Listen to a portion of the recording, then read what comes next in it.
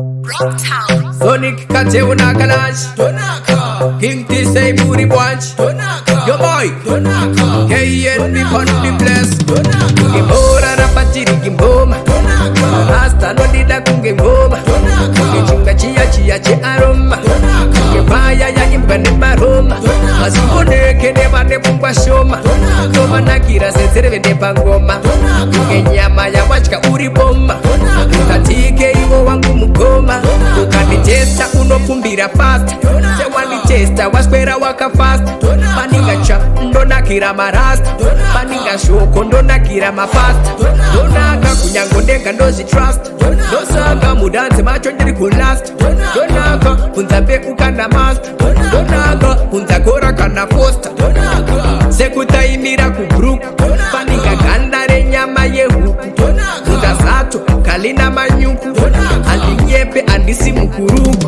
Paninga uchi usina masana Ndonakira barwere kunge mabanana Ndonakina katero pakapana Anosi piki savaita vana Kunge bora rema buza rakapecho Kuchikiwa kwe paka pecho Rema nginde ndakutoda kukeshwa Nozoko ramba nekushka kunoseshwa Paninga King Solomon Kunge shineka shavi kunge katimon Kunge mabanzi haya epuroton Inoshiziya kuti vamwa vazion Ndonaka wangu mutya ndigere Sikirwa neresipi unyerere Ndonaka saka rema usanditerere Ndonaka tsvaka manzi dzangu uterere Vamwe vona nzira kundiona papiki Apa mamambo handisati ndapapiki Vamwe voti ndonaka senyama yepiki Ndonaka unza chiki Kamunakiro akakuti kachapera Chakangirwa ndenushikira machembera Ndonaka zapazera